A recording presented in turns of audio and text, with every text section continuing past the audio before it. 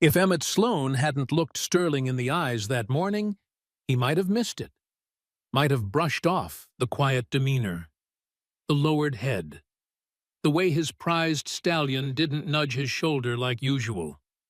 But one look, that's all it took.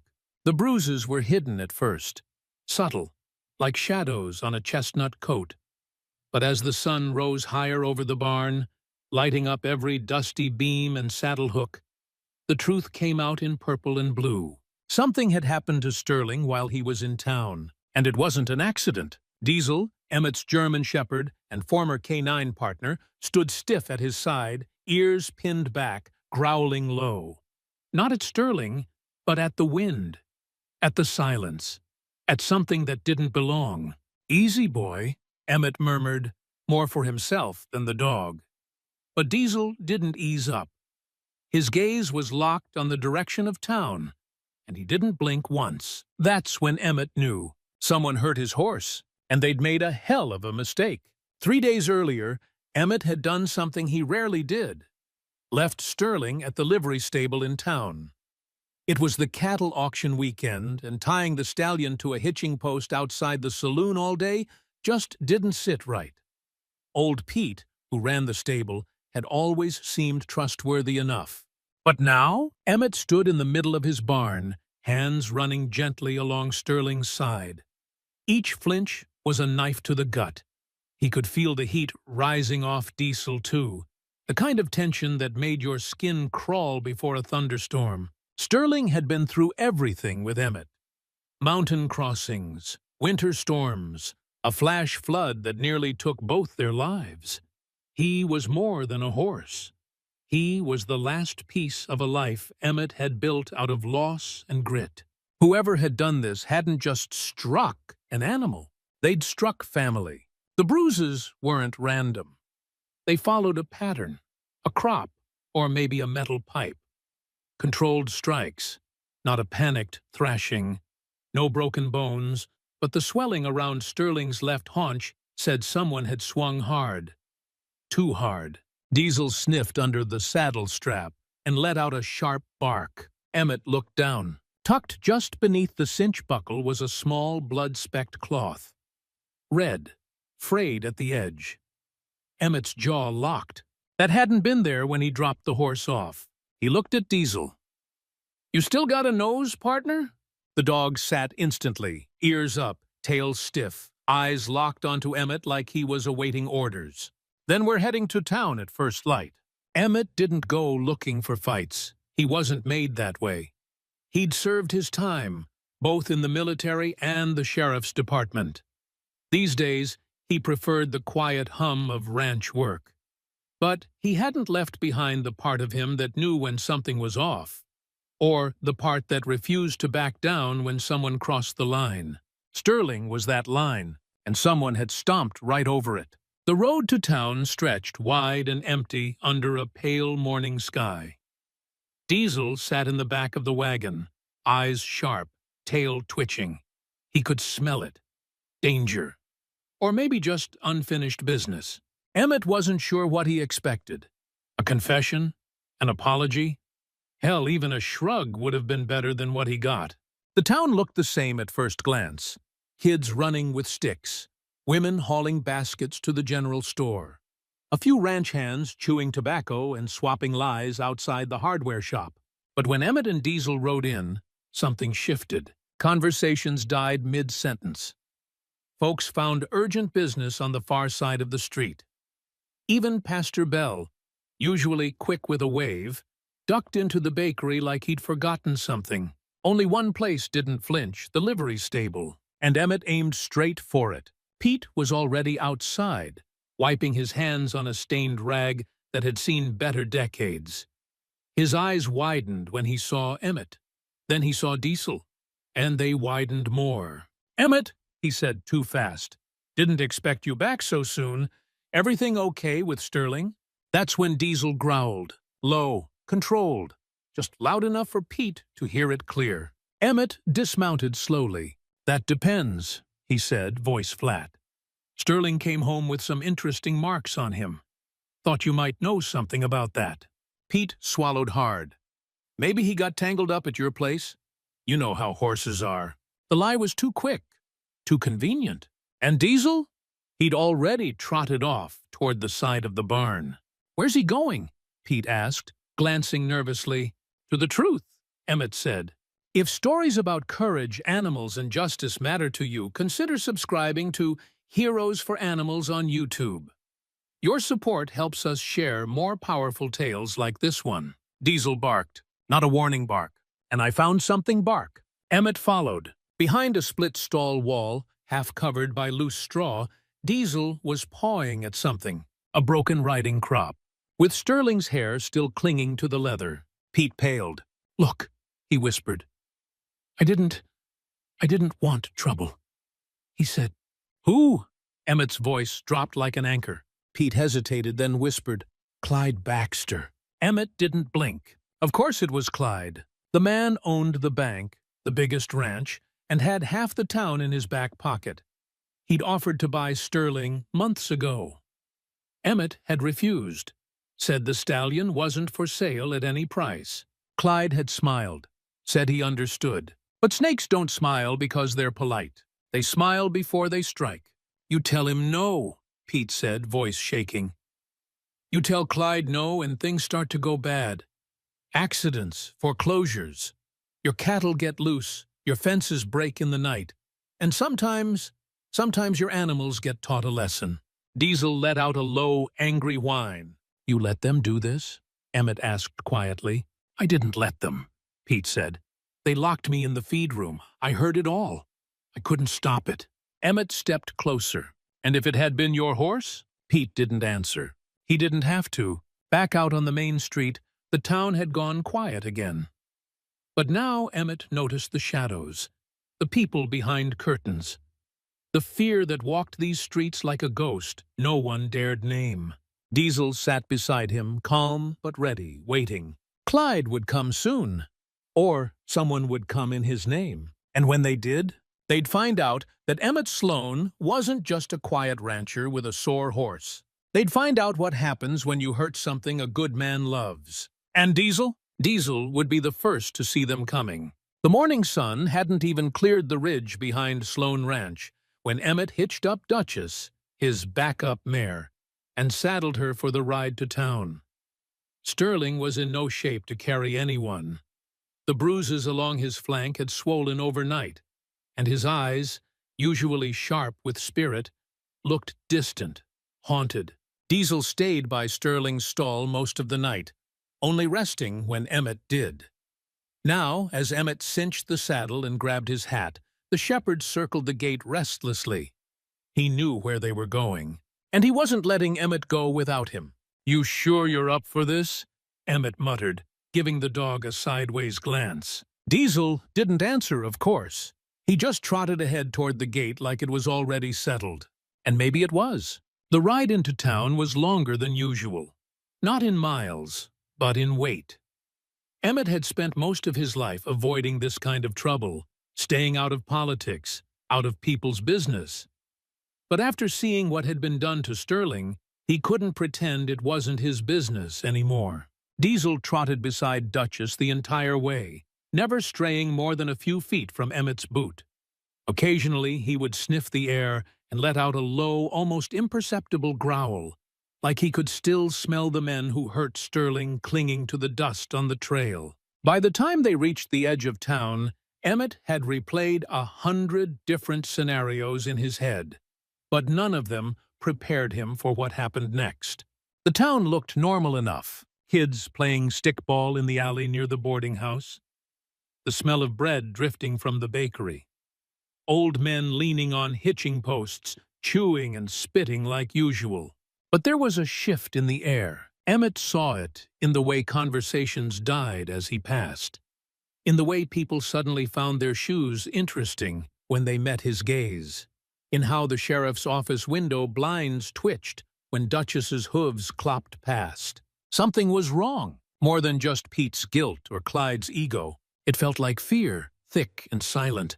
The kind of fear you don't talk about because everyone already knows. Diesel led the way to the livery stable. Pete was nowhere in sight. Emmett tied Duchess at the post and approached the barn. Diesel's tail went stiff. His nose lifted, ears alert. Then, without waiting for a command, he took off toward the back of the stable. Emmett followed fast. Around the corner, they found Pete. He was outside the tack room, hunched over, pale as a ghost, wiping his hands on the same grimy rag from the day before. But this time, he wasn't alone. Standing just inside the shade of the stable's interior was a man in a crisp suit, polished boots, and a smug little smirk that didn't quite reach his eyes. Clyde Baxter. "Well, well," Clyde said, stepping out into the sunlight like he owned it. "Look who came riding back into town." Diesel growled. Not a warning this time. A promise. Clyde ignored him. "Heard you had some concerns about your horse, Emmett. Shame about that. But animals, especially valuable ones, they get hurt. Accidents happen." Pete stayed behind him, trembling. "Some accidents happen when you leave a good animal with the wrong men," Emmett said, his voice low and flat. Clyde spread his hands. "Now let's not go pointing fingers. You got any proof of wrongdoing?" He emphasized the word proof, the way a lawyer would in front of a jury. Emmett didn't flinch. "You trying to scare me?" Clyde smiled wider. "I don't need to scare you, Sloan. You're a smart man. I know that. You've kept to yourself all these years, raised fine horses, paid your debts, made a quiet name, and now you're here with a dog and a grudge. I'm just saying, don't stir up something you can't finish." Behind him, Diesel snarled. Clyde's smile slipped for half a second. That was enough to give Emmett a sliver of satisfaction. "You want Sterling?" Emmett said. It wasn't a question.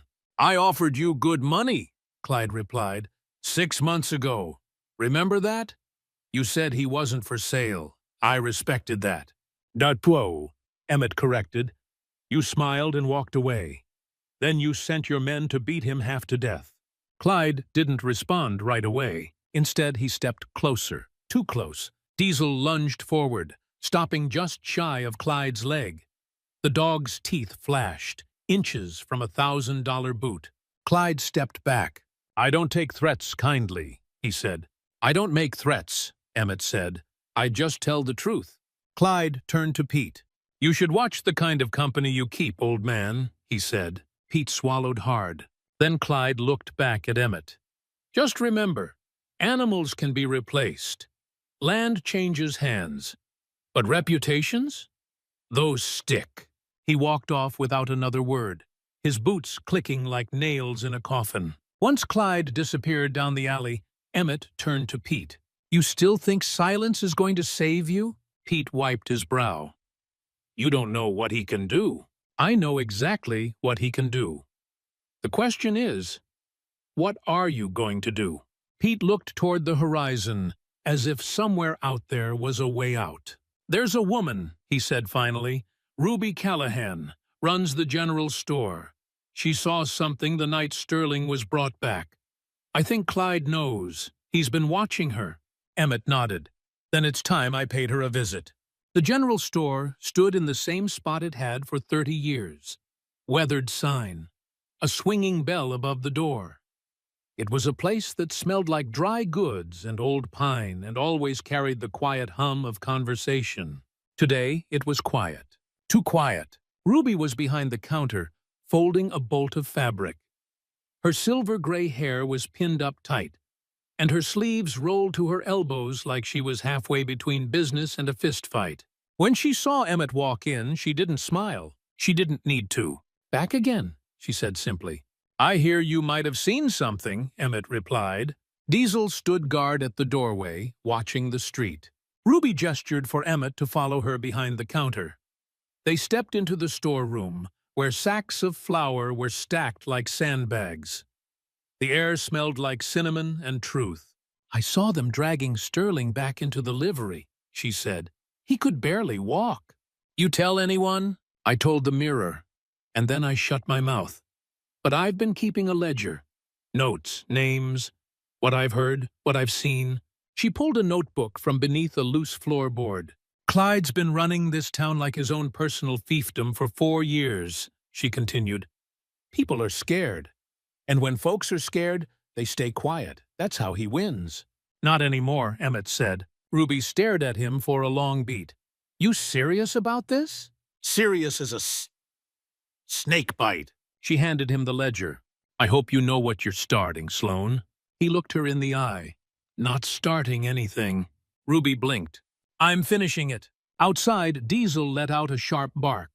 Emmett peeked through the window and saw two of Clyde's men loitering near the corner. Ruby's hand went instinctively to the shotgun beneath the counter. You planning to shoot 'em? Emmett asked. If they try to hurt my dog food display again? I might. Emmett smiled, just barely. We'll need more than firepower, he said. We'll need people. You think people will show up? She asked. Only one way to find out. As he left the store, Diesel trotting at his side, Emmett looked up at the sky. Storm clouds were forming on the edge of the ridge. They had about 48 hours before Clyde made his next move. Maybe less. But Emmett wasn't just fighting for Sterling anymore. He was fighting for everyone too afraid to fight for themselves. And this time, he wasn't alone. By the time Emmett Sloane left the general store, the ledger book tucked under his arm felt heavier than any saddlebag he'd ever hauled across the back country. It wasn't the weight of the paper that slowed his steps. It was the weight of what was inside it. Names, dates, patterns, proof. Ruby Callahan hadn't just been listening.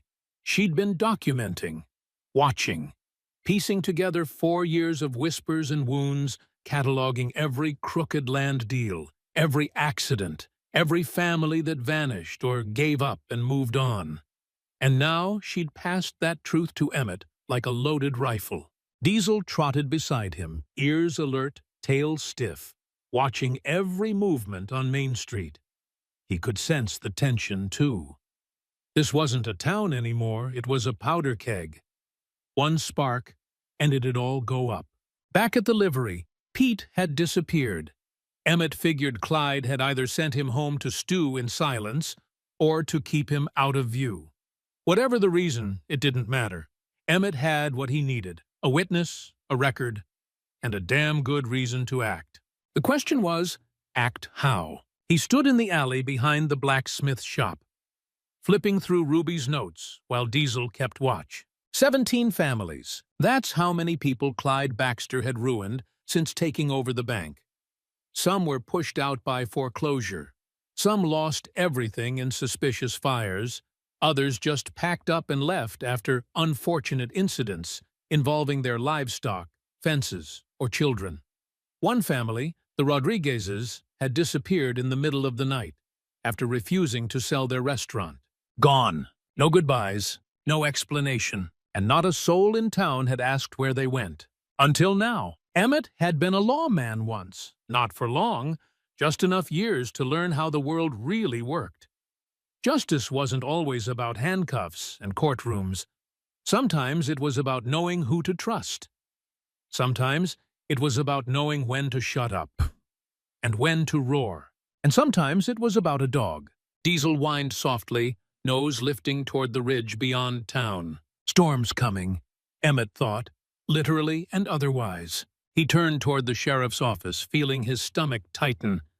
Bradley would be inside. Fat, lazy, and useless. Unless Clyde snapped his fingers. Still, there was one man in that building who might be worth the gamble. Deputy Jesse Collins, 28 years old, honest to a fault.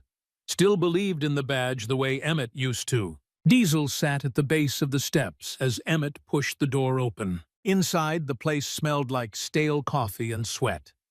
Sheriff Bradley was nowhere to be seen, probably patrolling from the poker table at Tully's saloon. But Collins was at his desk, surrounded by arrest logs and untouched paperwork. His uniform looked freshly pressed. His eyes, though tired, were clear. He looked up, surprised. Mr. Sloane? Deputy? They regarded each other a moment, neither rushing. I hear you've been asking questions, Collins said. I have. You planning to make trouble? Already started. Collins sat back in his chair. Is that your dog who's been snarling at every businessman in town today? Emmett nodded. He's got a good nose for corruption. Collins cracked a faint smile. I always liked that dog. Emmett laid the ledger on the desk between them. I need you to read this, he said. What is it? Proof. Collins flipped the first few pages. His face changed. A line appeared between his brows. By the 5th page, he wasn't just reading. He was scanning like a man looking for a way to stop what he knew was already out of control. This is extensive, he said. If even half of this can be proven in court. It can all be proven, Emmett said. Ruby's got backup notes, witnesses, folks who've been too scared to talk, but they're ready now. They just need someone to lead the charge. Collins looked up. You expect me to take this to Bradley? I expect you to skip him entirely. Collins blinked. What? You know he's in Clyde's pocket, Emmett continued. Everyone does. But the territorial marshal doesn't answer to Clyde. You take this ledger to the capital. Deliver it personally. No middlemen, no distractions. Collins hesitated. That's a dangerous play. So's silence, Emmett said. Outside, Diesel let out a low bark. Collins didn't answer for a long moment.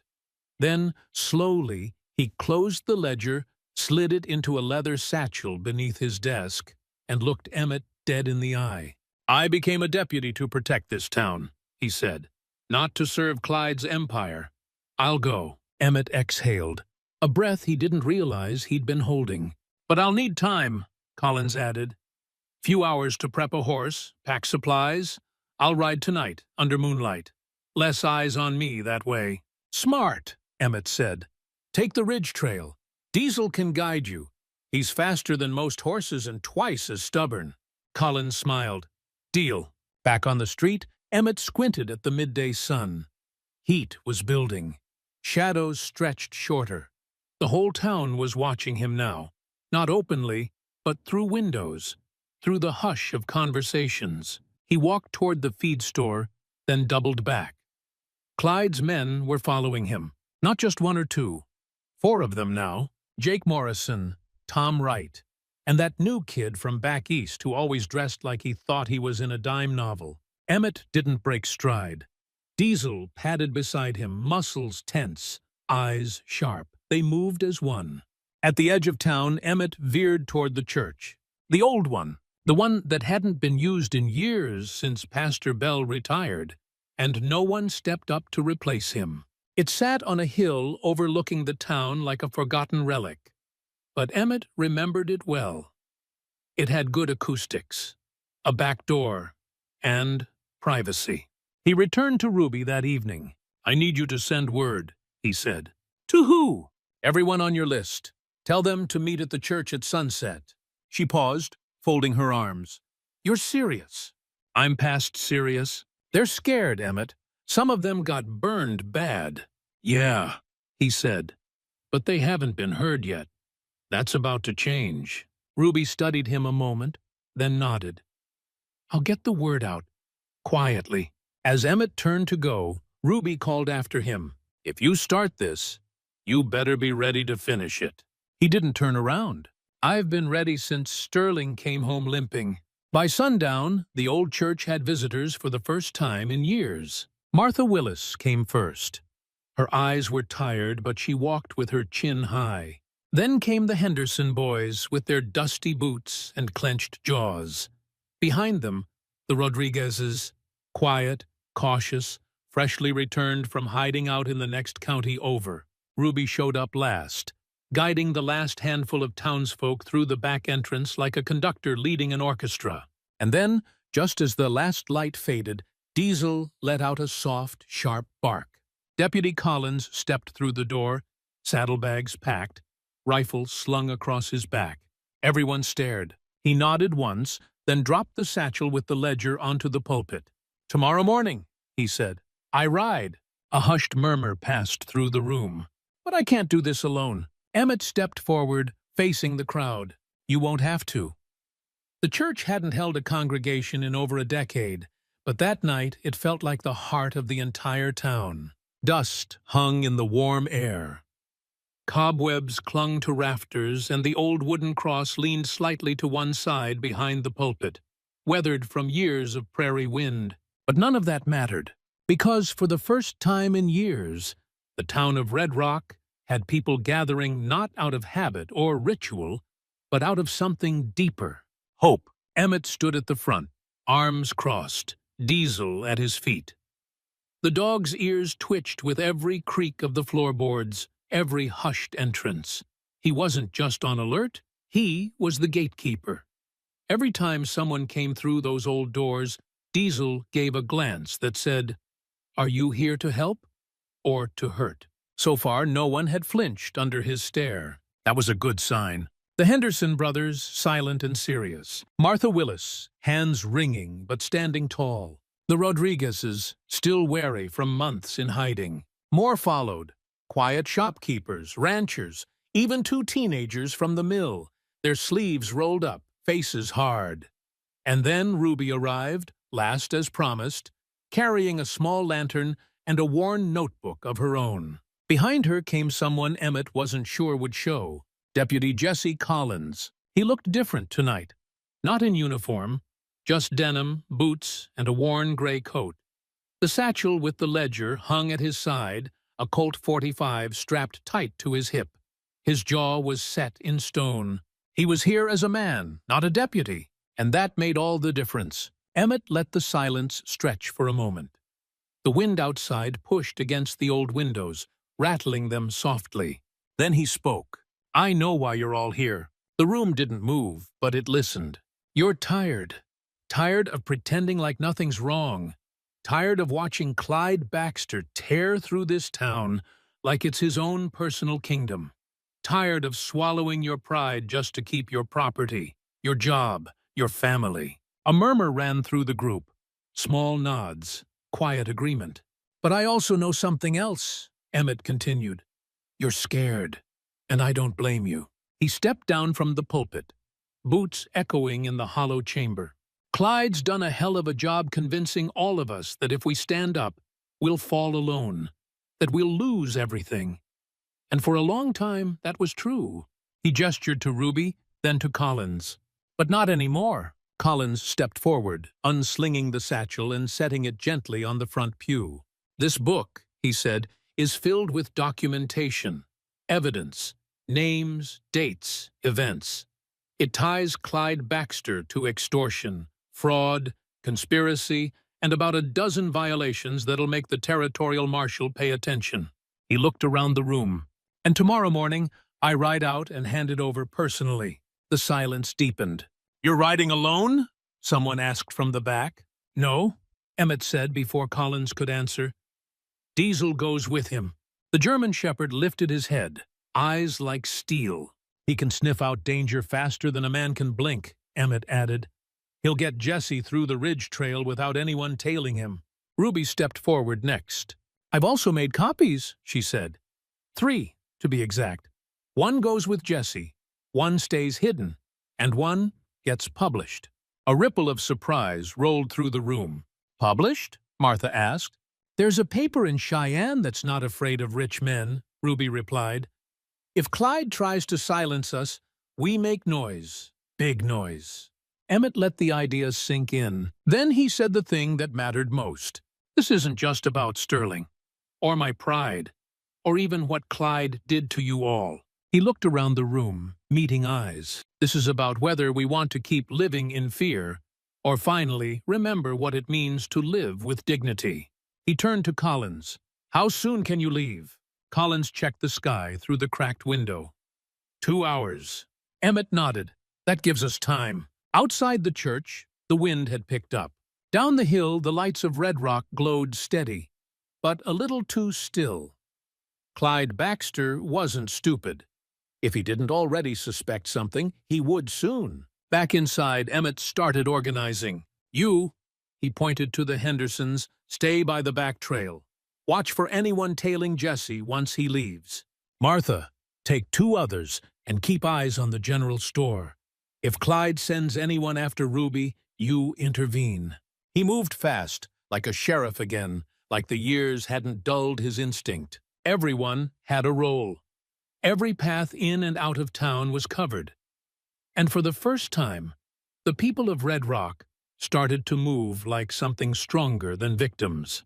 They moved like a team. It was almost midnight when Emmett stepped outside to check Duchess's saddle. Collins approached from the side. "You ever led a rebellion before?" the young deputy asked. Emmett chuckled.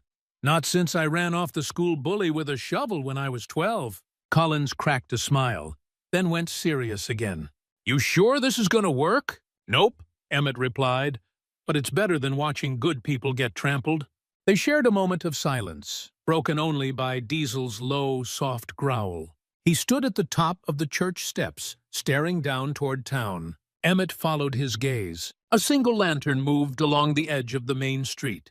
Then another. 2 shadows. 3. "They're coming," Collins said quietly. "Right on schedule," Emmett muttered. He turned to Diesel.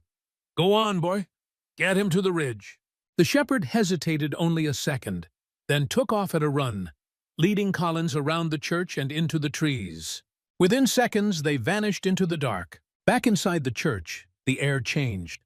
The crowd could feel it, something shifting like the first crack of thunder before a downpour. Ruby stood by the door, shotgun close at hand. "Clyde's not gonna like this," she said softly. "He already doesn't," Emmett replied. Just then a knock sounded on the church door. 3 raps, then silence. Everyone froze. Emmett nodded at Ruby. She opened it slow. It was Pete, his face pale, his shirt soaked with sweat. "They know," he said. "Clyde's men. They're on their way here." Emmett stepped outside. In the distance, 4 riders moved fast through the darkness. "You have 10 minutes, maybe less," Pete added. "They'll want to search the church, looking for papers. Jesse, you." "Let them come," Emmett said. Ruby raised an eyebrow. "You planning to talk them down?" "No," Emmett said, walking to the altar and pulling out the 3rd copy of the ledger from Ruby's satchel.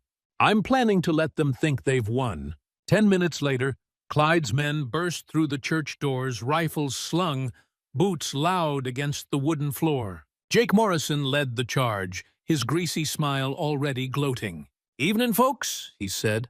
"Hope we're not interrupting Bible study." Tom Wright stepped beside him, scanning the crowd. "Where's the deputy?" "Gone to pray," Emmett said evenly. Jake chuckled. "Funny. Got word y'all were cooking up some lies about Mr. Baxter." "Just talking about the weather," Ruby added from the back. Jake's smile vanished. "Don't test me, woman." Emmett held up a bundle of papers. The decoy. "You're here for this, right?" Jake stepped forward, snatched it from Emmett's hand. He flipped through the pages, frowning. Martha leaned over and whispered, "They're real." Jake looked up sharply. "That right?" "Sure is," Emmett said. "Go ahead. Take it to Clyde. Let him think he's got everything." Jake narrowed his eyes, but he took the papers anyway. "You're all real funny," he muttered. "Maybe we are," Ruby called as they left, "but you're the punchline." Once the riders disappeared down the road, Emmett turned to the others. "They'll waste a day chasing ghosts." "And Jesse?" Martha asked. Emmett looked to the tree line. "He'll be halfway to Cheyenne by the time they realize the truth." Diesel's growl still echoed in his memory. The war wasn't over, but the town of Red Rock had just taken its first step toward freedom. At dawn, Red Rock didn't wake up. It held its breath. The streets stayed quiet. No wagons moved. No porch swings creaked. Even the dogs didn't bark. It was as if the whole town knew something was in motion, something big, and no one wanted to be the one to jinx it. Emmett Sloan stepped out from behind the church just as the sun split over the ridgeline. The old boards creaked under his boots. He adjusted his hat, squinting toward the horizon. Diesel wasn't back yet. That was either a good sign or a very bad one. The night before had gone off like clockwork. Deputy Jesse Collins had slipped away with Diesel at his side, cutting into the hills before Clyde Baxter's men ever reached the church. With Diesel leading the way through the lesser-known trails, Emmett figured Jesse would be a good 20 miles out by now, halfway to the territorial capital. The decoy papers had worked like a charm. Clyde's enforcers, Jake Morrison and Tom Wright among them, had taken the bait, snatching the fake evidence right out of Emmett's hands and galloping off like they'd struck gold. They probably spent the rest of the night flipping pages, trying to make sense of handwritten recipes and ranch supply orders. But that wouldn't buy the town much time, because by midday, Clyde Baxter would know he'd been played, and then all hell would break loose. Back at the general store, Ruby Callahan was already sweeping the front steps, pretending like nothing out of the ordinary had happened. She didn't look up as Emmett passed, but she did mutter just loud enough for him to hear. 4 of Clyde's riders came through this morning. Didn't tie their horses, didn't buy anything, just watched. Emmett nodded. He's sniffing. He's hunting, she corrected. The kind of hunting that ends with somebody disappearing. Inside the store, Ruby had set up a message drop. Small notes slipped under flour sacks or wedged between canned peaches. That's how the town was coordinating now. Quiet, careful, everything under the surface. But Emmett could feel the shift. The fear that had once held everyone in place had turned into something else.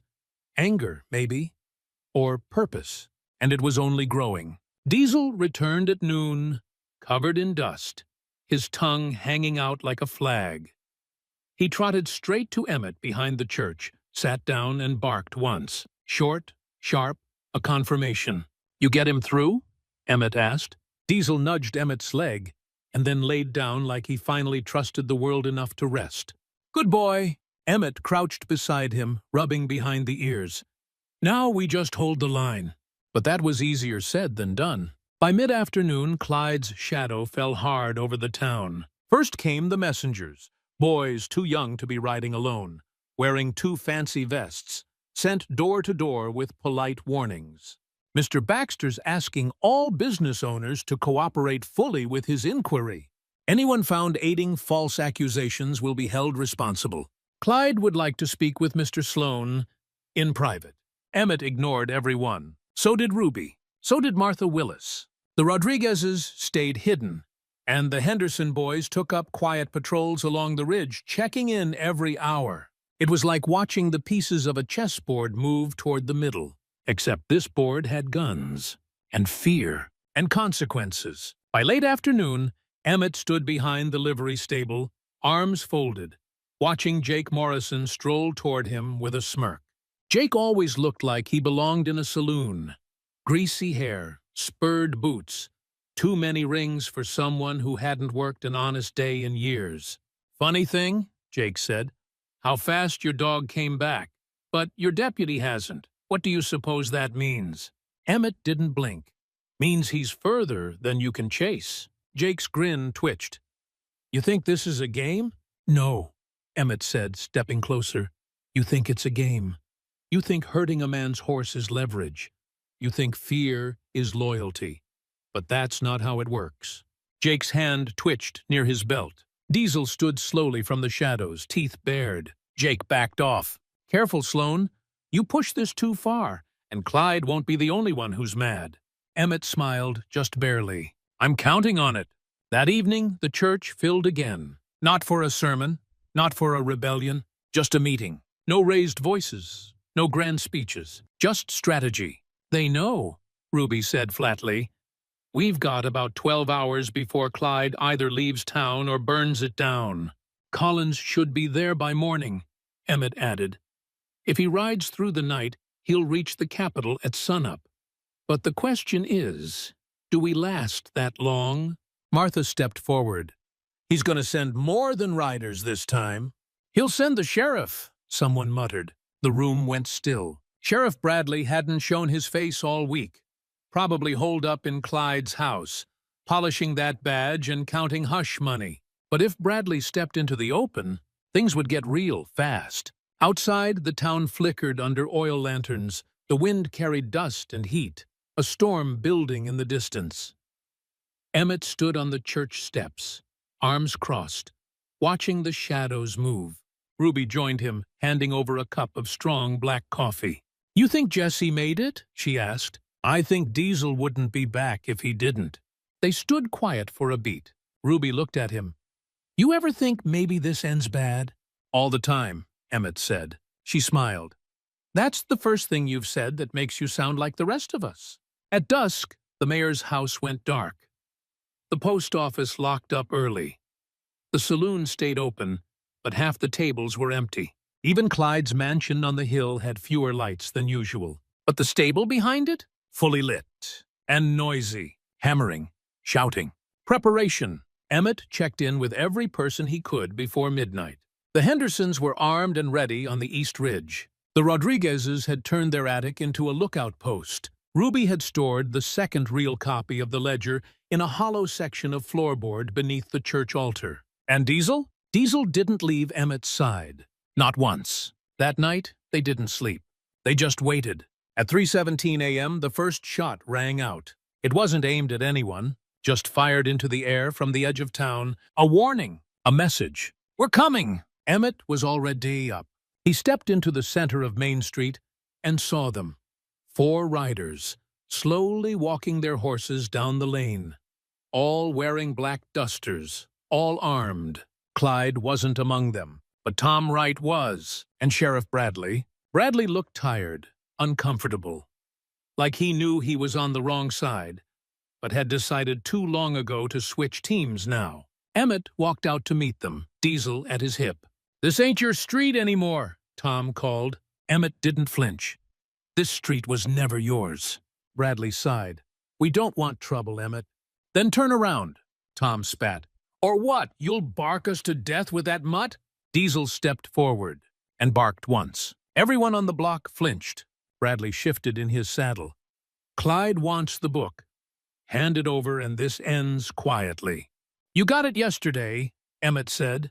"Didn't like the cornbread recipe?" Tom sneered. "We'll find the real one." "You won't have time," Ruby said from the shadows of the general store doorway. She cocked the shotgun once. Clocks ticking. More doors opened. More boots hit the ground. More of Red Rock stood up. Together. Bradley looked around. The odds were turning, and not in his favor. He looked at Tom, then back at Emmett. "I'm done," Bradley said, yanking off the badge. "Tell Clyde he can wear it himself." He tossed it into the dirt and rode away. Tom sat there a second longer, then spat again and followed. By dawn, the streets were empty once more, but this time they were empty with purpose, because for the first time Red Rock had stood its ground, and now it was all up to Collins. By the time the sun peeked over the hills of Red Rock, it didn't rise into a sleepy little town. It rose over something stronger, something awake. The streets were still quiet, but not in fear anymore. Doors were unlocked. Lamps burned longer. Neighbors whispered not about rumors, but about courage. After last night, folks weren't just surviving. They were standing, and Clyde Baxter knew it. In his mansion on the hill, Clyde didn't sleep. He sat in his leather chair, looking out over the town he once controlled with a flick of his pen and a cocked brow. His whiskey sat untouched. His hands drummed against the armrests, tapping a rhythm only he understood. Something cold, methodical, dangerous. Jesse Collins hadn't returned. That was the problem. That, and the fact that Red Rock wasn't cowering anymore. Back in town, Emmett Sloan watched from the porch of Ruby's store.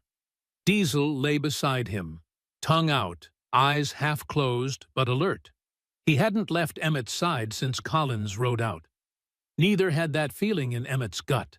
Today was the day. Today, everything changed. At 9:07 a.m., they heard the galloping. Not a small patrol, not another scare tactic. This was the sound of a man riding hard, with purpose. Every step of the hooves echoed down Main Street, bouncing off the walls of Red Rock like a war drum. And then he appeared, Jesse Collins. Hat dusted, coat torn at the shoulder, but upright. Alive. He didn't stop at the edge of town. He rode straight through. People poured from shops, porches, home. He pulled up in front of the general store, swung down from his saddle, and held up a folded document. Official seal broken, but still visible. "The marshal is coming," the crowd murmured. Warrant signed. Judge authorized. Multiple charges against Clyde Baxter and any co-conspirators. They're not just looking into this, they're coming in full force. Ruby stepped out, shotgun still in hand, apron dusted with flour. "When?" 3 hours, maybe 4, Jesse said. "They're riding heavy. Cavalry escort, territorial badge, The whole deal. Martha Willis let out a breath like she'd been holding it for a decade. Emmett nodded once, firm and quiet. It was almost over. Almost. But Clyde didn't wait for the marshal. Of course he didn't. At 10:41 a.m., a single rider galloped into town ahead of the marshal's expected route. A scout from the north. Said Clyde was packing. Said he had a wagon loaded. Said he was planning to vanish before the marshal crossed the county line. That wasn't happening. Not today. Emmett mounted Duchess, loaded his Winchester, and rode. He didn't ask anyone to follow, but they did anyway. Ruby, Martha, the Henderson boys, Rodriguez, Pete, finally finding the backbone he'd thought he'd lost. Even the teenagers from the mill came jogging behind with hunting rifles and angry eyes, and Diesel led them all. Clyde's wagon wasn't hard to find. It was parked behind the Baxter estate, canvas cover barely tied down, chests rattling inside from the hurried packing. He wasn't in the driver's seat. He was on the porch, trying to look calm. Trying. He watched them ride up with an expression that could have frozen a river. "Well, well," he said. "Looks like the livestock came down from the hills." No one laughed. "You gonna hang me, Sloan?" Clyde asked. "No," Emmett replied. "I'll repeat it until the law is." Clyde scoffed. "That's so. You think a territorial marshal is going to care about one horse and some backwater debt disputes?" Ruby stepped forward, ledger in hand. 17 families, Clyde. Some disappeared, some ruined, all documented. Clyde glanced at it like it was a fly on his collar. Then he looked at Diesel, who had crept onto the porch, tail low, ears forward, eyes locked on Clyde like he could read the man's sins. "You know," Clyde said, his voice quieter now, "I should have killed that damn dog." That's when Emmett moved. One stride, face to face. "You made one mistake," he said. Clyde raised a brow. "Just one? You thought hurting a horse would make me sell him." Emmett's voice dropped to a near whisper. "But you broke the wrong thing." 20 minutes later, the marshal's team arrived. 12 riders deep. One big man at the front with a badge the size of a saucer. They dismounted like they'd done this before. And they had. Clyde tried to bluff. Then he tried to run. Didn't make it 5 feet. Diesel was faster. The marshal read off the charges like a sermon. Conspiracy, intimidation, abuse, fraud, misuse of government resources, obstruction of justice. Sheriff Bradley, still licking his wounds from throwing down his badge the night before, was picked up too. No argument. He didn't even look up when they cuffed him. And just like that, the spell broke. Red Rock was free. The cleanup took weeks, months really. Businesses reopened, owned by the right people this time. The bank was restructured under new management, with fair lending rules and a fresh start for families Clyde had tried to bury. The Rodriguezes got their restaurant back. Ruby? She ran for mayor, won by a landslide. Martha started a town council. The Henderson brothers built a new schoolhouse. And Jesse Collins? The marshal offered him a job in Cheyenne, but he turned it down. He stayed in Red Rock. The town needed him more. As for Emmett, he went home, quietly. Didn't make a speech. Didn't run for office. He just went back to Sloan Ranch, where Sterling now grazed in open pastures, healthy, whole, and proud again. The bruises had faded, but the memory never would. And Diesel? He slept on the porch now, always with one eye open, but not out of fear. Out of duty? Because even after the dust settled and the bad men were gone, the soul of the town needed guarding. And Diesel was more than ready. A few weeks later, Emmett rode into town for supplies. Folks waved. Some offered coffee. Others just nodded in quiet thanks. As he passed the general store, Ruby called out, "So when are you gonna write that book?" Emmett tipped his hat. "Not my story to tell." She smiled. "It is now." That night, as the stars came out over Red Rock, Diesel lifted his head toward the sound of wind over the plains. Then he laid it back down on Emmett's boot and exhaled. "Safe, for now. Thank you for following this journey through the dust and courage of Red Rock. What would you have done in Emmett's place? Would you have walked away quietly or stood up and fought back? Let us know in the comments, and don't forget to subscribe to Heroes for Animals for more stories where loyalty, justice, and bravery take center stage. We'll see you in the next one.